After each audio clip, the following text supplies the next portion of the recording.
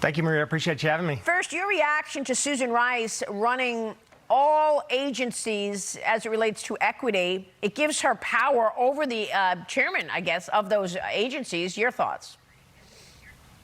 Well, you know, you could ask yourself, why did this happen to start with? I've asked myself numerous times, how did Susan Rice end up back in the West Wing running domestic policy? I know the dynamics of the West Wing pretty well, and she was the National Security Advisor during the Obama administration. So to go from being the National Security Advisor to Domestic Policy Council is not a promotion. It's not something someone would normally do. It's a step down. But why would she do that? You got to ask yourself. And the reason is because the Biden administration, from day one, has been about nothing but their woke social agenda and their domestic policy. That's really all they care about. That's what this administration is going to try to make their legacy. That's, you know, Biden gets pushed in that direction on a day-to-day basis. They don't care about what's going on overseas, in national security, any of these other issues. They don't care about our southern border. They honestly don't care about, you know, what the day-to-day suffering of the American people, as long as they can push this woke social agenda. And this whole equity thing, this equity in the Biden administration equals racism. That's all it is. It's not equality, it's equity. It's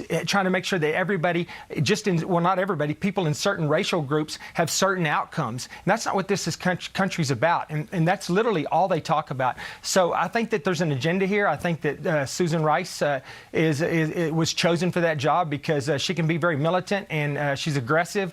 And they wanted somebody in there that had a hook with that also had that had a hook with the Obama administration that could come into the Biden administration and push this woke social agenda. And there's an entire industry that's evolved around this. Yeah. You know, it gives people political power. They're spending, you know, potentially billions and trillions of dollars on this, on these equity issues. Where's all that money going? Some people are getting really rich based on this new, you know, industry built around equity and racism in the White House. Congressman, I want to ask you your